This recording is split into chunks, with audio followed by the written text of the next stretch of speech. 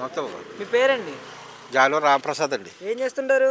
నేను వ్యవసాయం చేస్తాను. వ్యవసాయం చేస్తుంటారు. మరి ఎలా ఉందండి ఇప్పుడు చంద్రబాబు నాయుడు గారు వచ్చి ఒక 5 నెలలు అవుతుంది కదా? పర్లేదండి.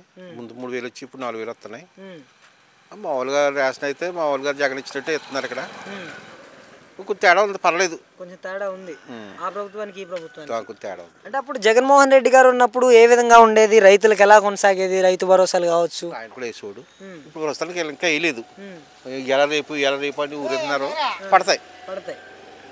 అంటే రాత్రి కూడా అన్నాను నేను. తర్వాత పిల్లల గురించి అడిగారు కదా. ఇప్పుడు చిన్న పిల్లలు ఉన్నారు అని కదా. రాత్రి చెప్పాడు చంద్రబాబు నాయుడు ఏమని, ఇది కూడా ప్రొఫెషన్లో ఉంది. ఇవాళ రేపు కాదు, టైం పడుతుంది, అది లైన్లో పెడుతున్నామని చెప్పేసి ఆయన కూడా చెప్పడం నేను రాత్రి విన్నాను. మరి ఎంతమంది ఉంటే అంతమంది పిల్లలకి ఇస్తామన్నారు. అది సాధ్యం చేస్తారంటారా వీళ్ళు? ఏం మనకు తెలియదు ఆ విషయం. వాళ్ళు వేసినప్పుడు తెలుస్తుంది మనకి. అంతవరకు మనకు తెలియదు కదా. ఇక్కడ కూర్చుని ఇలాగలా తిరిగి మనుషులు మనం. ఆ రాత్రి జరిగిన విషయం అది. ఇప్పుడు మేము చేసి పడింది. మరి ప్రస్తుతానికి పర్లేదు. రోడ్లు అవి కొంచెం బాగున్నాయిలే. రోడ్లు రిపేర్ చేస్తున్నారు. అన్నీ బాగున్నాయి. అన్నీ బాగున్నాయి, పర్లేదు ఇప్పటి వరకు అయితే. మరి గ్యాస్ సిలిండర్ పరిస్థితి ఏమైంది? నాకు మాత్రం డబ్బులు అడ్డాయి. నాకు డబ్బులు అడ్డాయి. నేను 2-3 రోజులు తెచ్చుకుని గ్యాస్ సిలిండర్ డబ్బులు తెచ్చి పడుతున్నాయండి. అసలు రాయించుకోవాలి. పన్నోళ్ళకి మరి చూసుకుని రాయించుకుని తెచ్చుకోవాలి. అంటే అమరావతి పేరుతో వీళ్ళు డబ్బులు దోచుకుంటున్నారు చంద్రబాబు నాయుడు గారు అనేసి మాట్లాడుతున్నారు కదా.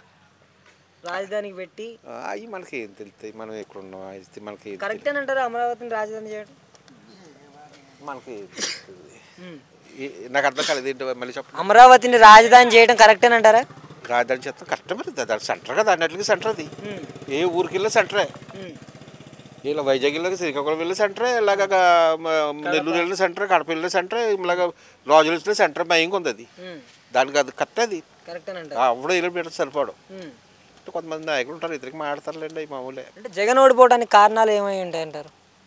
మీరేమనుకుంటున్నారు బాబు? దాని గురించి ఆయన కాదండి, జగన్ ఓడిపోవడానికి కారణాలు మీరేమనుకుంటున్నారు? మీరు చెప్పకూడదు అలాంటి. మనం అనకూడదు. అంటే మామూలుగా ఈ తప్పు చేయడం వల్ల నేను ఓడిపోయాడు అనేసి మనం అనకూడదు. అయ్యి ఎందుకంటే మా ఊళ్ళో వస్తుంటాయి పొరపాట్లు, ఏ ముఖ్యమంత్రి అయినా వస్తుంటాయిలే.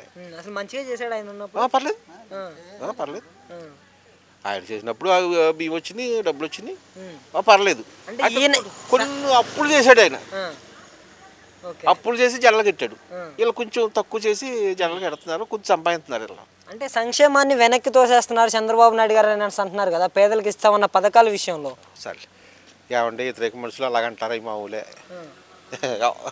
అవతల పార్టీ వాళ్ళు అలాగంటారు. అనపోతే అలా కుతుంది అంటేనే ఇక్కడ మరి ఇక్కడ ఈయన బాగా చేస్తాడు.